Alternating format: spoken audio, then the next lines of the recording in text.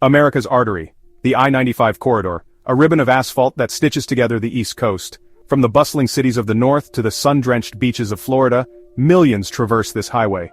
It's a lifeline, a conduit for commerce and connection. But like all arteries, it has its dark places, places where danger lurks, and the pulse of life can be snuffed out in an instant. These are the rest stops, places meant for respite, for a break from the monotonous drone of the engine and the endless ribbon of road. Yet, increasingly, they're becoming synonymous with fear.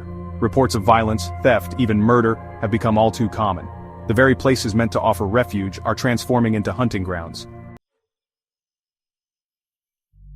Statistics paint a grim picture.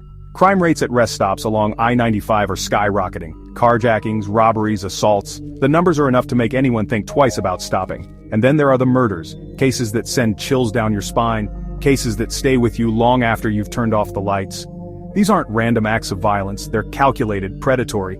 Criminals are drawn to rest stops. They know travelers are vulnerable, often tired and carrying cash or valuables. The transient nature of these places makes it easy for them to strike and disappear, melting back into the anonymity of the highway. The stories are as numerous as the exits along the I-95. A young couple, car stolen at knife point while they slept. A lone truck driver, brutally beaten and robbed in the dead of night.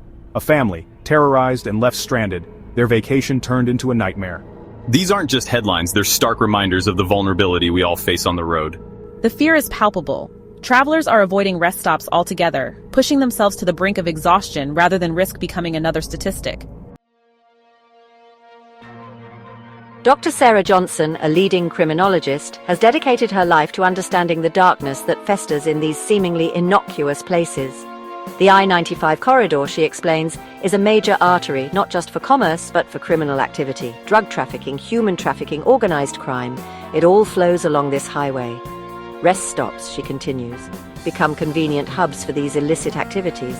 They offer a place to conduct business, to rest, to prey on unsuspecting travelers.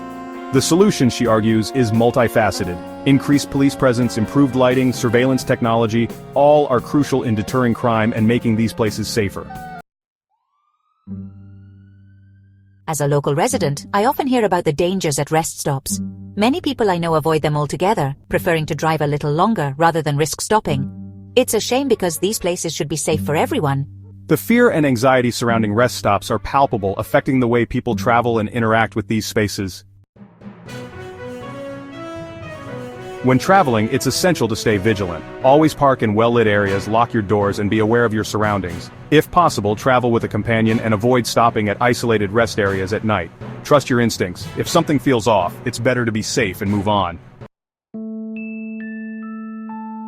Rest stops are meant to be places of respite and convenience, but the reality is that they can be fraught with danger. By understanding the risks and taking precautions, we can make these spaces safer for everyone. So keep your head on a swivel, so you will not become the next rest stop victim.